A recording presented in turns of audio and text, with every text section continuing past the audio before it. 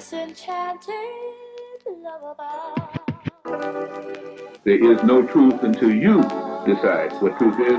Each person should find that truth out for his or herself. I forgot where the button is. Del is with us tonight in person. Usually we talk on the phone. Delbert Blair is, of course, a teacher of metaphysics, a historian, a black historian.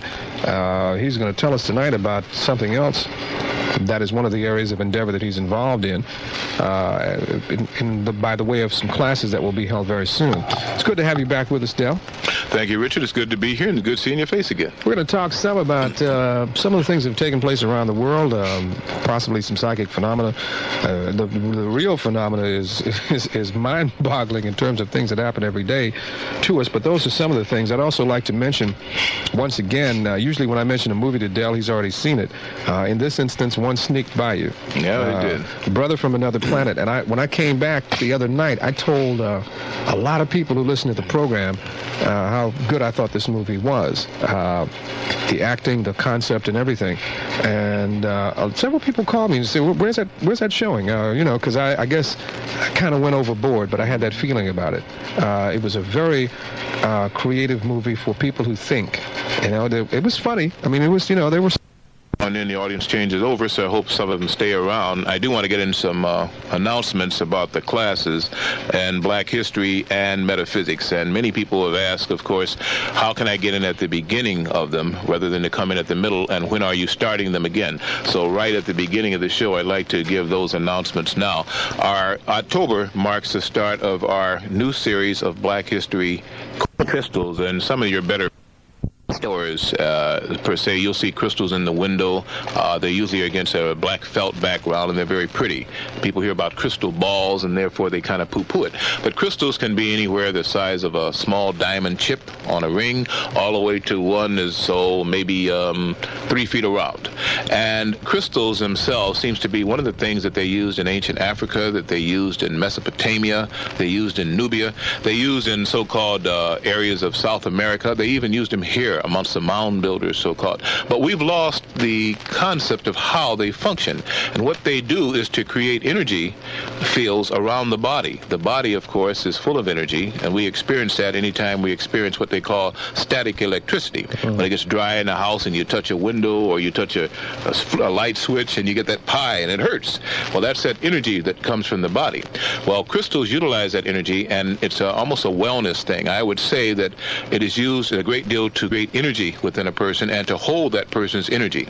And many things rob us of energy. Well, one of the things to stop that phenomena is the use of crystals. And crystals come in all kind of colors. Crystals come in many facets, and of course, the more the facets, in other words, the more the little pyramid shapes, and that's what they are, little triangle shapes in it, usually the more powerful the crystal. Some of the most powerful crystals, of course, are natural field crystals, which come from deep in the ground. And of course, men have made crystals too, and I find that they're also very operative. But crystals are a new phenomena only to us. They've been used for many times by kings and queens and those who know to preserve energy, to keep health, and to try and produce wellness. Okay. Crystals, 591-5400. Delbert Blair is with us. And before we get into the major area of conversation, which will cover a lot of things, I want to take a couple of phone calls, see what's on. Fine, I'm always for that. Okay, let me see. This is Lionel. Lionel, how you doing? Oh, I'm fine. Assalamu alaikum, Delbert Blair. Alaikum assalam, Lionel. It's been a while since I've talked with you. I've always loved to you, and I'm glad Richard Steele has brought you on the air again. I wanted to, throw a couple of things out. Since you began talking about movies, I wanted to get your perspectives on a movie that, both of your perspectives, because I respect Richard Steele's opinion very much also. There's a movie I recently saw called Dreamscape. Yeah, I saw it. Yes, so did I. Dale saw it too. Okay. I was very elated, with the concept behind the movie, because it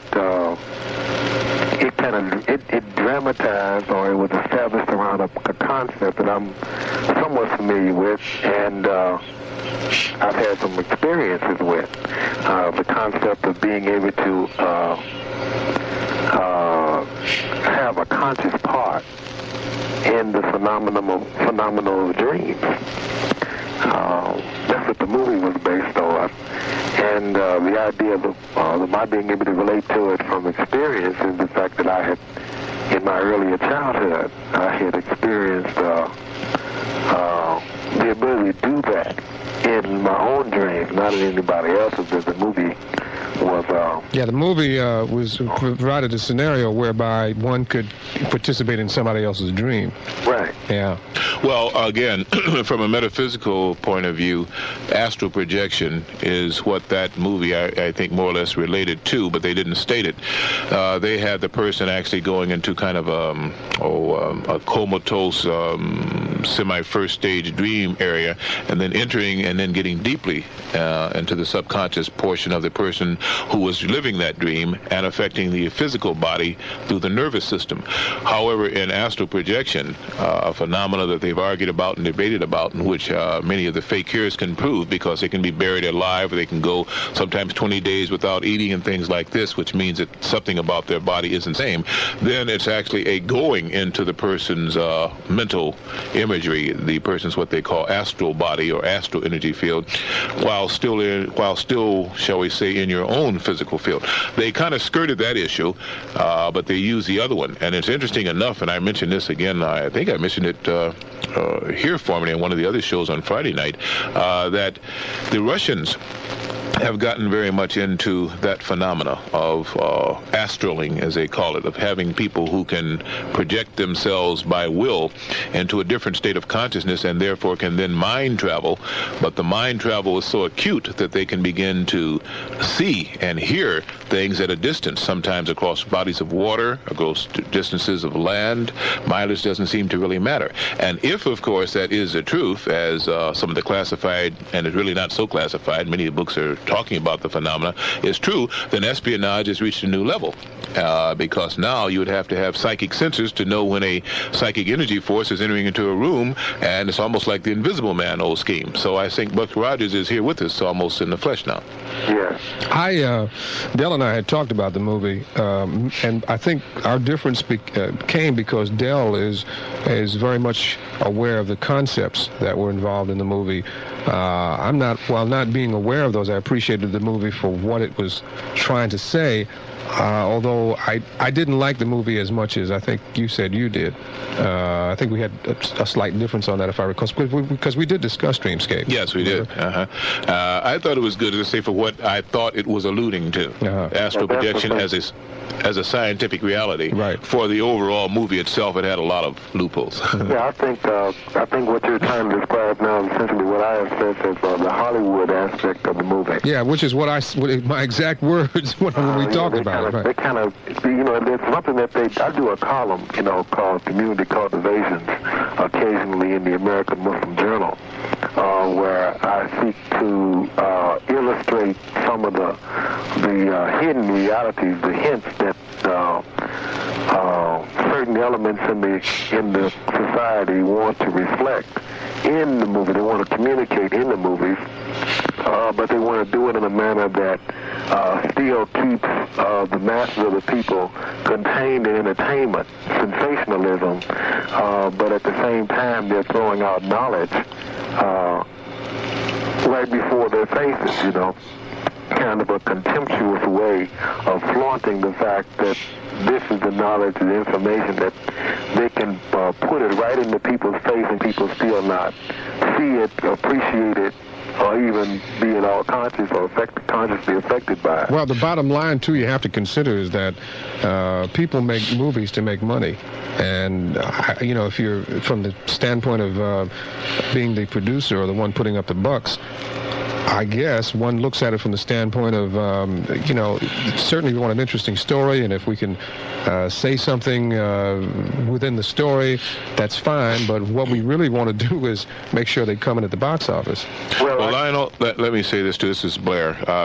You say you wrote on occasion for the American Muslim Journal.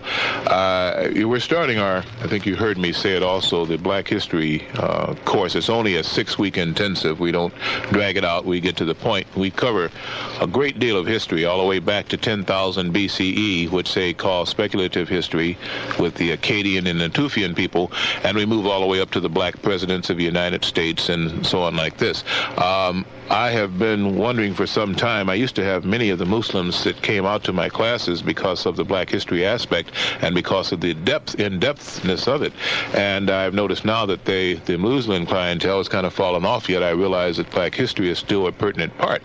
I'd like to talk with you more about it and maybe some publicity about what we're doing, and maybe you could see one of the course outlines. And if you think it's worthwhile, which I'm sure you will, maybe we can get some of the Muslims out.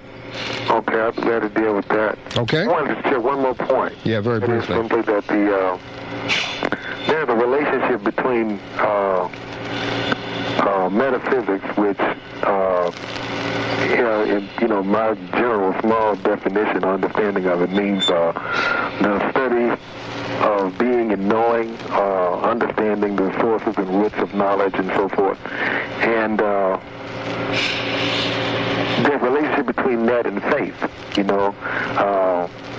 it seems to emphasize, metaphysics seems to emphasize an emphasis on knowing, on understanding, on having a conscious knowledge of, whereas in the religious orientation of Islam, Judaism, and fundamentally Christianity as well, faith is emphasized as being paramount, most important, essential to salvation, to growth, to development, because it's around the idea that the human being can't do it individually, that you need the guidance of God and so forth, and faith in that to be able to sustain and preserve your reality. How do you perceive that? How do you? Well, I don't like to go too much by faith. I believe in a creator, and in my classes, the spiritual aspect is always stressed, but it's not a religion from the way I teach it.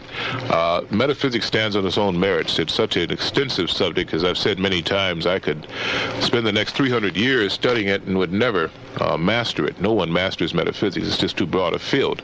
But just in the aspect of the human body and the aspects, again, of the planets and how they were created, and the aspects of the races of man, and the aspects, again, of the sun and the moon and energy fields, and the aspects of pyramid power, the aspects of how the great religions began. These kind of things are all paramount, and I think most people really don't understand the religions. They may understand one religion well. If they do, they usually don't understand the other religion too well, and the third religion you can forget about. And that's why a lot of people, I feel, are hoodwinked along that line. Faith, I think, should be in self. Faith should be in the Creator, that things will work out to good if we point toward good. But then comes study and knowledge, and I think nothing can replace study and knowledge, because the results of that usually is wisdom enough to know where to go, at least to begin to understand some of the things that some of our contemporaries in our society stresses don't happen, but are very paramount to our own well-being to know that they do happen. So I put a great emphasis on metaphysics. It's the greatest subject I know, and in fact through metaphysics that I learned a lot of the things about black history, which people find kind of phenomenal, because I deal with the books that are a little bit more ancient than the regular black history books. Yes, sir. Okay, I got to move on. Thank you very much. Thanks for your call this morning. AM 1390, Late Show. It's almost 1 o'clock. Something I would like to take a look at later on in the program. Let me say that Daryl and Jay are standing by.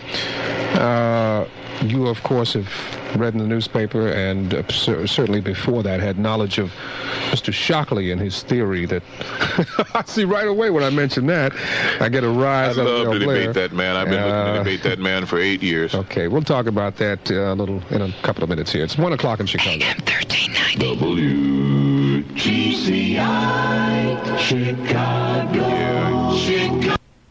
And so bad, it's a shame. Everyone he takes on is a historian who is laced to just contemporary history. He doesn't deal with a person like myself who understands ancient history. And when I got through reading him about the start of the Greek race and so on and so forth, and the first white person to come into Egypt, I think that we could get past this crazy phenomena that he deals with. But he is a person who, like myself, I've been accused of being a racist. I am not a racist, and I do have friends that are white. Okay, I am a person who's prejudiced. I'm prejudiced against ignorance of any race. But Shockley is a person who is ignorant and gets away with murder because of his very small-minded area of looking at the black person and putting the black person down. And I wish somebody like me could get on with him, put him in his place once and for all to show his way. He's a smart man, but he deals with the wrong part of history. He doesn't deal with ancient history, and that's where his weakness is, because that's where you find nothing but black people. And that's the point he stays away from. But I don't like the man. For those who don't know, I can't see how you couldn't, because we've talked about it upon occasion. William Shockley is the man who has advanced over the years this theory that blacks are genetically inferior to whites in relationship to their intelligence. And he was suing a journalist by the name of Roger Witherspoon in Atlanta, who wrote an article several years ago comparing what Shockley wanted to do, providing some incentive for what he calls genetically disadvantaged people. That's us, according to him. Mr. Witherspoon, the writer, compared what Shockley's attitude, what his approach to the situation was, somewhat like the Nazis in World War II Germany. He resented that and sued for $1.25 million. He was awarded $1. He won the suit. He was awarded $1. That's, I guess, what the court thought of what he had to say. Anyway, I thought we'll touch on that before we go off again this morning. AM 1390 Late Show. My guest is Del Blair, and we're talking about many things this morning. Daryl? Richard Steele, let me turn my radio down. Okay. A couple of minutes to 1 o'clock on the Late Show, AM 1390. Okay. He must have had to go quite a distance. Yeah.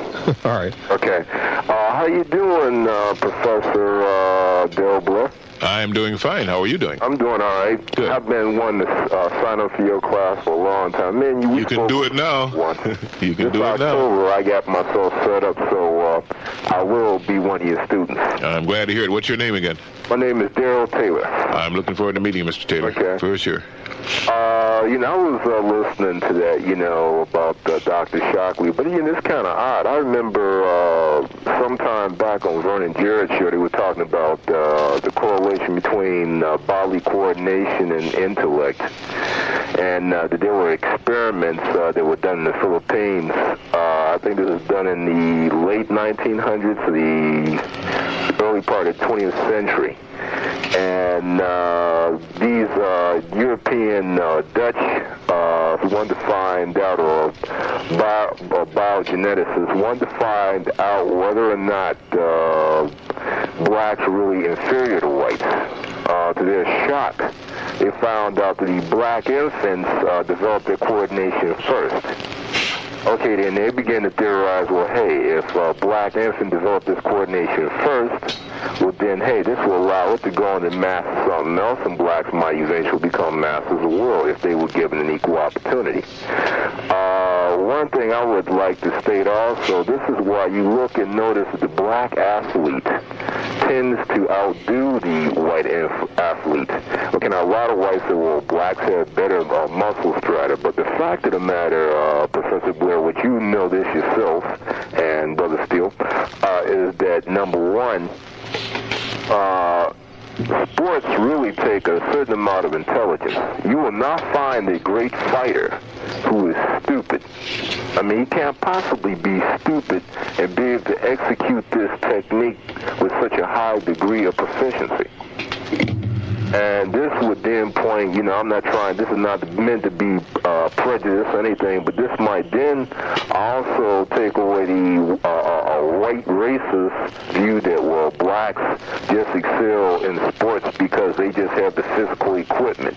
This might then offer something else that blacks have a tendency to do better for the most part in athletics, because blacks tend to be,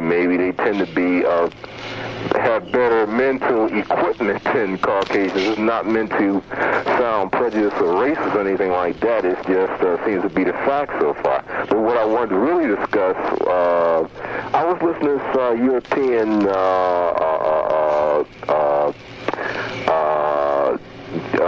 archaeologist or anthropologist. He was talking about ancient civilizations, and he was talking about this civilization called Atlantis.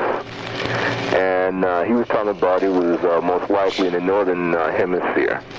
And he was talking about one caller, it was on PBS, late night PBS. And one caller called in and asked him, does he have any knowledge about whether or not they had a certain knowledge of science as we have today, or what people would call super science? And he said there seems to be some aspects that they may have advanced further than we are today. And there was a black caller who called in and asked him, did he know whether or not there was any knowledge about their racial makeup. And he did seem to point toward there might have been. He used the term negritoid or negroid. He used that term, that they might have been what whites have a tendency to call the black race. Comments on this, Professor? Yes, this Thursday I have a class called The Earth, in which I go back close to 1 million years, and point by point begin to disprove some of the speculation by a lot of anthropologists as to the start of man, the intelligent man, prior to Neanderthal, Cro-Magnon man. In the story of Beowulf, amongst the scholastic realm, it is a start supposedly of intelligent man, when Neanderthal man prevails over Cro-Magnon and Beowulf prevails, and then they go from there. And then they say that from that point on, man left his ape-like state. When you can begin to find cadmium, nickel alloyed nails in rock strata underground that date 75,000 years ago, not only do you have to have electrolysis then, but you also have to have the need for a nail, which means again that whoever did it was a very intelligent person, that they were using electrolysis at that time 75,000 years ago. And you begin to just go back in time when you find more and more digs, which I call digs through archaeology, that they find things on Earth that our professors, as learned as they're supposed to be, state couldn't be, but are. When we look at the lost continents, both of Lemuria, Atlantis, Mu, La, Da, none of these things are talked about in history books, and that's one of the reasons I've researched and covered it, because I like to cover areas where a lot of people don't tread. And I think when if you can come out to that class, or if you can take some time to enroll in the course, you'll see just how extensive that is. Let me just say one other thing concerning that. Lemuria was older than Atlantis, and you hear very little talk about that because the Negrito, and this is the classification prior to the Negroid, Mongoloid, and Caucasoid classifications on anthropology, the Negrito seems to be prevalent on our planet. As far as you take back any continental race or any continental history, you will run into the Negrito. The small, diminutive, occipital lobe, which means he had a long head, small build, brown skin, dark skin race of people. And this goes for any continent that you start doing research on, not only just Africa, but the Mideast so-called, the Near East, the Far East, Asia, the European continents, Canada, anywhere you go, that's the kind of skeletal remains and the kind of fossilization that you will find. So why they would even make the statement that any continent would not have black people on it the further back you go is ridiculous. It's simply again based on racial prejudice, which then overshadows true history. But if you'd like to get a good rundown of that, you don't even have to wait for the Black History class. You can come out this Thursday, same place at the Center for Inner City Studies, because that's what the class is, and it's a mind blower. Daryl, thanks for your call this morning, 591-5400. Hello, Jay. Oh, good evening. Yes, you're on the You're very interesting guest. So, I'd like to ask a question about Mr. Blair about the Ashantis. I'm reading a book a booklet by a Mr. Vinya Dadi, who is an Obambo from Namibia, and so he everything is a Bantu, and which is related to the Ashantis, and I wonder, sir, if you would please explain to the people. I know there must be 100% Black African, but in my Foster Wider dictionary from the Journal, they call them the near Negro, and this was when I was looking at something concerning the Obambo people, and so whenever they must have discovered something about the Ashantis, because whenever, something comes out, they try to remove us. Years ago when Zimbabwe was discovered, I think they tried to put the discovery to an Oriental, an Asian nation, but of course they couldn't get by with that. And finally, sir, because I cannot listen to your comment on telephone because I have a bad disconnection. I have listened to it over the radio. Finally, sir, I wish you could make a comment about how Africans were proficient in gold working, dysfunctional. Why, the one of at least 5 years ago, and it has to be updated periodically, said nothing at all in the article on gold work. They extolled China. Oh, they just fell in love with Japan. And naturally, they were out there with India, and of course, the major European, but Africa left out. And I understand that someone was doing gold work, must have made something, and also they won't mention anything about pottery, except to an oblique reference. We must have made pottery, and that's how civilization is known, by the pottery, dish working, and so forth. And what with architecture, look at Kano. They had architecture been the oldest town long ago. So I'll let someone else ask questions because your program is so interesting. So I appreciate a comment. And finally, I wish they would make an encyclopedia whereby we could sell out in the store so people could buy them at a relatively low price as fucking whiteness do, and that's it. They know the truth about Africa. There's a lot more I would ask you, but other people have to get on the line. So I thank you very much. I've been looking, to hear you again on the interesting program, and you and Michelle both have a good evening. Okay. I sincerely hope that you'll come out to our classes, Madam, young lady, because I think you'd find it very interesting. I keep plugging that because it's only 6 weeks, and we cover in detail the ancient history going back prior to 10,000 BCE, and what we call speculative history, and then we move forward from 10,000 BCE all the way to the present. I don't know anybody doing that in 6 weeks. The Gold Coast of Africa is noted for its gold because the historians now, anthropologists, try to say that black gold was there, meaning the manpower and slave labor that was imported from the Guinea Coast and Gold Coast, west coast of Africa. That is not true.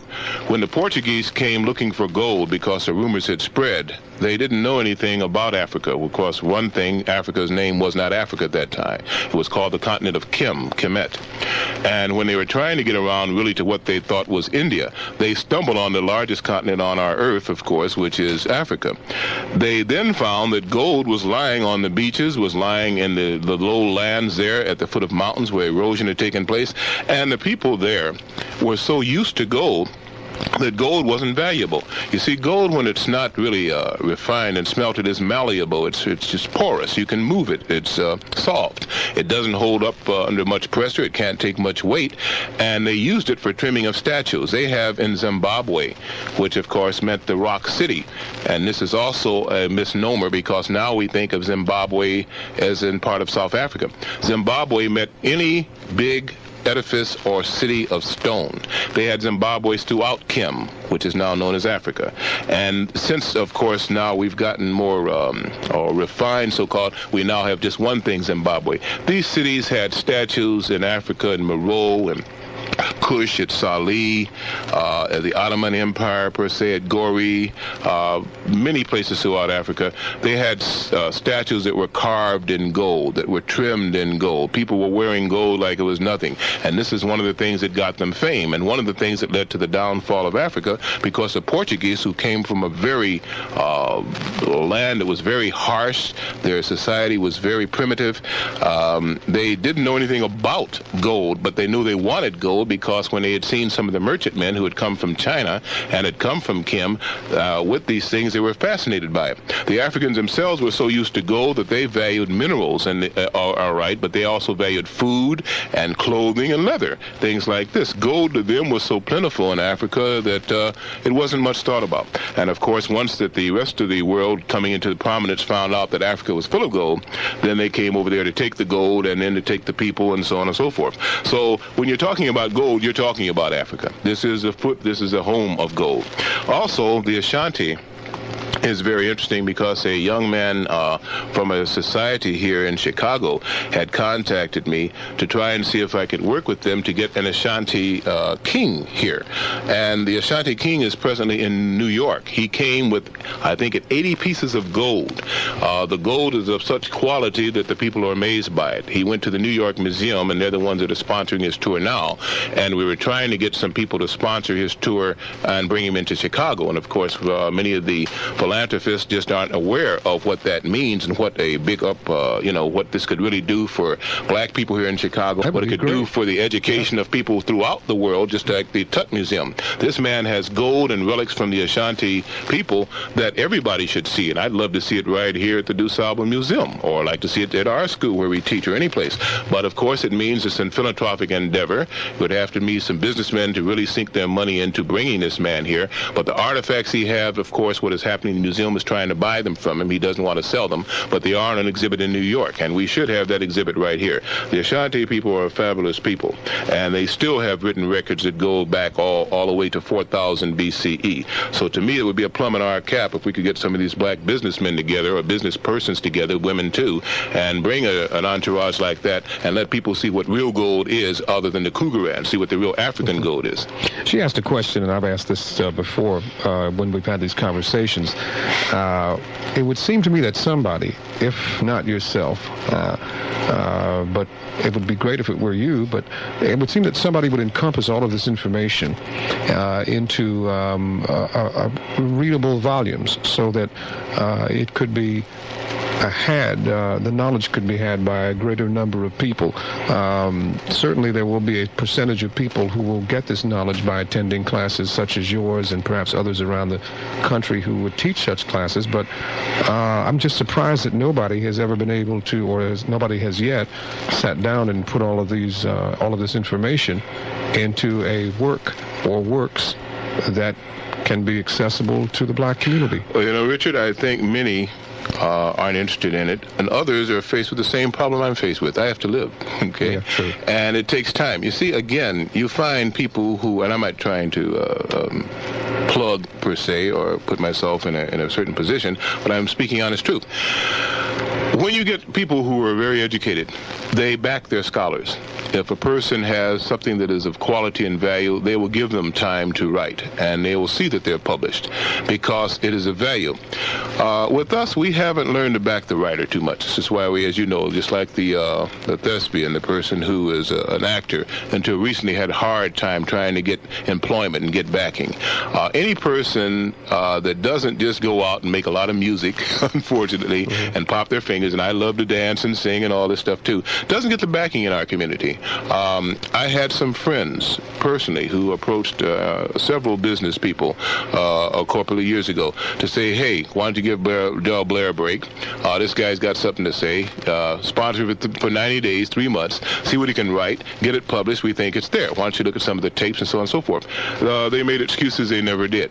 I don't know that this is the same reason for a lot of the writers, but I do say it's one of my reasons. There's a voluminous notes that I have, but it takes time to compile them. It takes time to write them. And I'm so busy trying to make money and exist and pay the bills, I don't have time to do it. That's why I give it in a free form, more or less, in the form of lectures and things like this. But that's one of the things. We don't seem to back historians, and we don't back writers.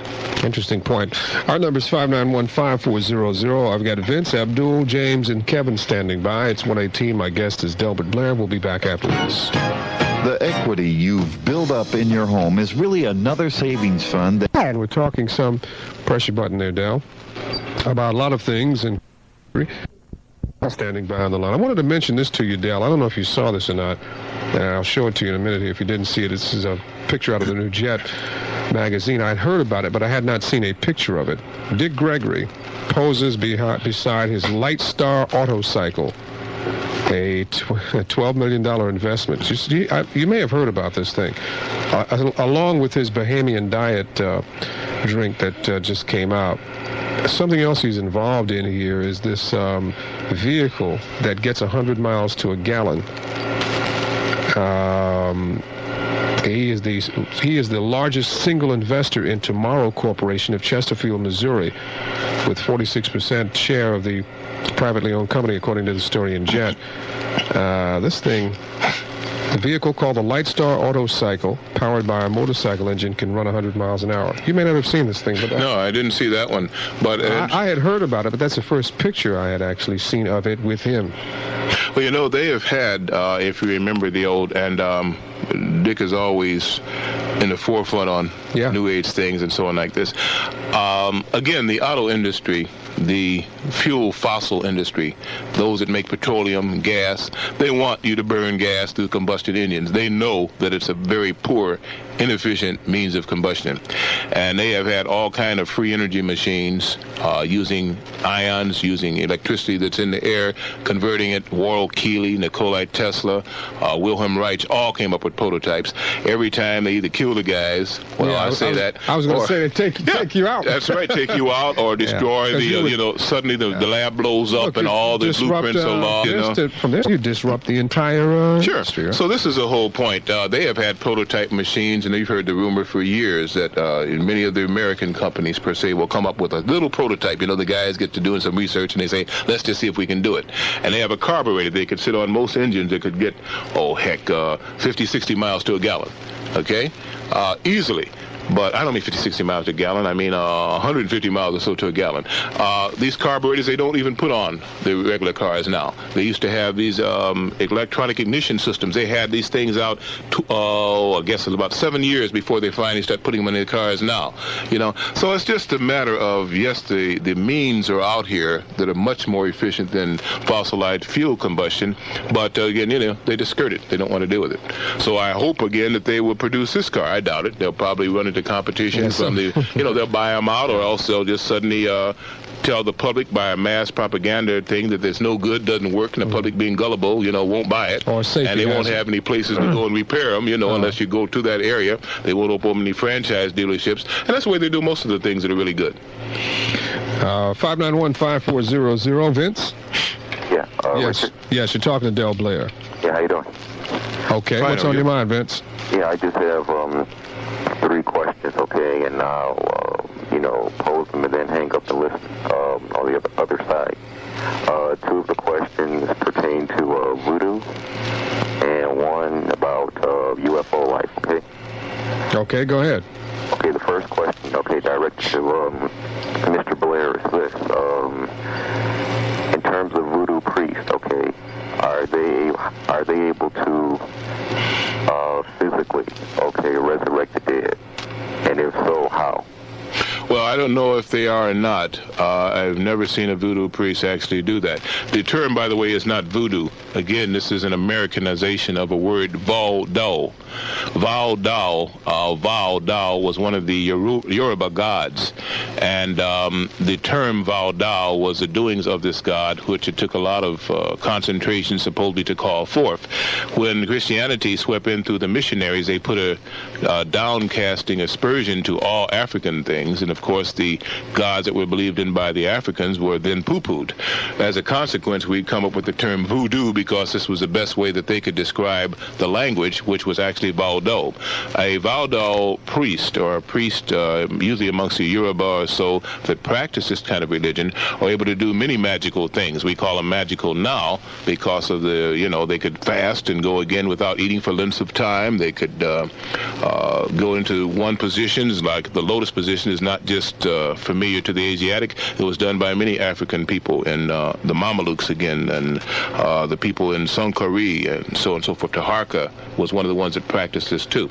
So I would say I don't know if they could resurrect the dead, per se, but if you know the legends of the West Indies, from the people that were dropped off from the Gold Coast before they were brought to Louisiana, these were the things that they said that they could do. And one thing is for sure, they're able to put some kind of a drug into persons which produce like a zombie.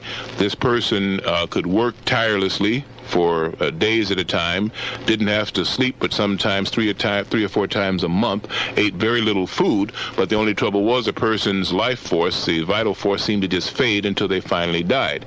Now, how they did this to people, I don't know, but the facts remain that in Louisiana, on the various Caribbean islands, they did practice this, and this is where the legends of Valdo came from. Okay, question number 2. Are these same priests, okay, are they able to, let's say, okay, maim or kill their victims through the use of or manipulation of wax images? Well, the idea that a familiar could be cast of a person and then that person's physical body could be affected is one that's very old. Most of the movies play up on the so-called voodoo dolls, where they stick pins in them or they burn them and so on like this. I would say that the belief in that is strong. And wherever you have a strong belief, there has been something that happened to influence people. People are not as gullible as our historians and as our so-called researchers would think. When a person is really impressed by something, something has happened there, and it's not all the time sleight of hand. And there were too many areas where, amongst the Fulani, the Hausa, the Igbo people, all were very respectful or fearful even of the Yoruba priest. The Yoruba priest had a reputation throughout Africa for the things that they could do. And one of the things that they did do, supposedly, was long-distance affecting, or in other words, affecting a person by getting a part of their clothing, their blood or something. And if you read now on some of the research in our present scientist research in psionics, the idea that at a distance you can begin to take a picture of a leaf and do certain things to that leaf, and the actual leaf will become affected. They have had long-distance communication at Stanford University, where they have used psionic devices, taking a photograph, negative, of a forest that was blight-stricken, and having part of that photograph cut in half. One part of the photograph treated with a pesticide and fungicide, and the other remained untreated. And I think something like 1,500 miles away, that part of the forest, over a 48-hour period, began to be blight-free. The part that wasn't treated isn't. And then they hushed all that up and start saying that psionics didn't exist. But interesting enough, there's a $10,000 a day fine for a person using weather modification and psionic devices. So obviously that must exist. So I think we're just beginning to crack again into what was used on our planet. And this is one of the reasons, again, as I say, where there's not much research reported in Africa, because when you go back to that continent, you just find out how much was done there by these people. Okay, and the third and last question is the UFO question. I just simply wanted to know, has there been any documented cases of people, okay, who are now existing, living on Earth, who are from other galaxies or other planets? Well, documented cases, of course, don't exist. Documentation simply means substantiation by people who are respected and who therefore are published and say this happened. Our government and the world's governments in general deny the existence of UFOs. Therefore, they would deny the existence of people traveling in UFOs from other places, galaxies, or planets. So therefore, confirmation is no. Now, there are many books that talk about people, aliens that have landed in Mexico, that have landed in areas of Texas, that have landed in Colorado. There are many books that talk about whole villages in South America that were taken over by alien from spaceships, and all kind of artifacts that are found showing very diminutive people, 3 inches tall, and giant tibia and fibia that some people begin to say, well, maybe they were from giants that came from space.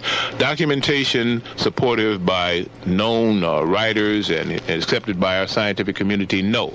Documentation and many books that talk about these landings, and people report that they were either sometimes raped or sometimes influenced by these people and found them living amongst them, yes. And of course, there are many books that even talk about many of the biblical characters were simply angels or people from space. So I'm sure you've heard of those books too. Incidentally, did either one of you see a television presentation? It was a short-lived series about the strange and unusual and about phenomena. And there was a story about, speaking about voodoo, there was a story surrounding a girl who became involved with a guy, and the actor's name, the guy who's married to Aretha Franklin, who was married to Aretha, the actor, can't think of his name now, and the woman who played Florida on Good Times, very good actress. She was the grandmother, and she was also adept at doing these things, you know. The guy took the granddaughter and mistreated her. And the bottom line was, the grandmother said, "I don't want you to do these things to my granddaughter." Anyway, it ended up with the guy, I think, killing. I think it was an accident. The granddaughter, and this grandmother, you know, she had a doll and had a hat on just like the guy, and she stuck these pins into the doll, and you know, he was responding because he felt the pain in kind. And I think what he ended up doing was he killed this woman, and he forgot about the doll. And as he walked away, or he was away from the site that he killed her, the dog started chewing the dog. The dog started chewing on the doll, and the dog buried the doll, and that was the end of him. It's kind of a frightening, you know. It's even though a movie. Yeah, sure. They have had. There was a movie out not too long ago called Beyond and Back, which was a documentary, not just a made-for-TV or made, you know, for the movie show, it's a theater's movie. It was a documentary, and they went again to parts of Africa and parts of the West Indies. And while there, they showed a case of a woman who was admitted to several hospitals in intense pain. They couldn't find what was wrong until they took x-rays, and then the needles were in her. She had not had needles stuck into areas that they were stuck into, per se, and they couldn't do anything. They gave her a series of operations, I think it was like 30, to get these daggone needles out.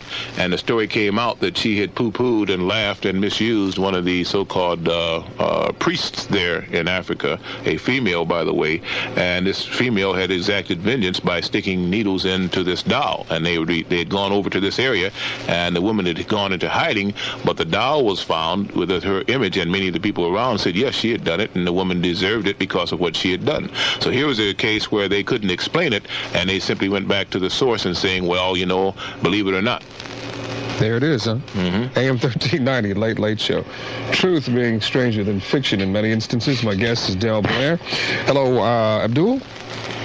Hello, Abdul. Good morning.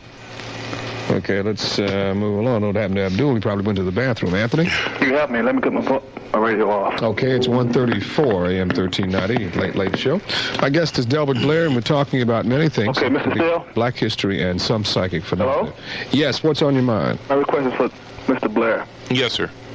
I want the address and time for your Thursday's class and the time and place for enrollment in that ancient history class of 6 weeks. Okay, you can register now. You can register at Northeastern University, or you can phone 472-6550. We'll send you an app. Or you can come out this Thursday, Northeastern University Center for Inner City Studies, 700 East Oakwood Boulevard, 39th Cottage, to room 520 and register then. Our Black History... 6:30, from 6:30 till 9. Our Black History course starts October 1st. At least the final registration is on that date, that evening. These are all evening classes. And our Expanding Consciousness class starts on October 18th. But we're also registering for that now, so we can make sure we have a full class, per se. So the time is now for both of them. And again, that number is 472-6550, or go by the school. If you go by the school, ask for Sophia Karima, Sister Karima.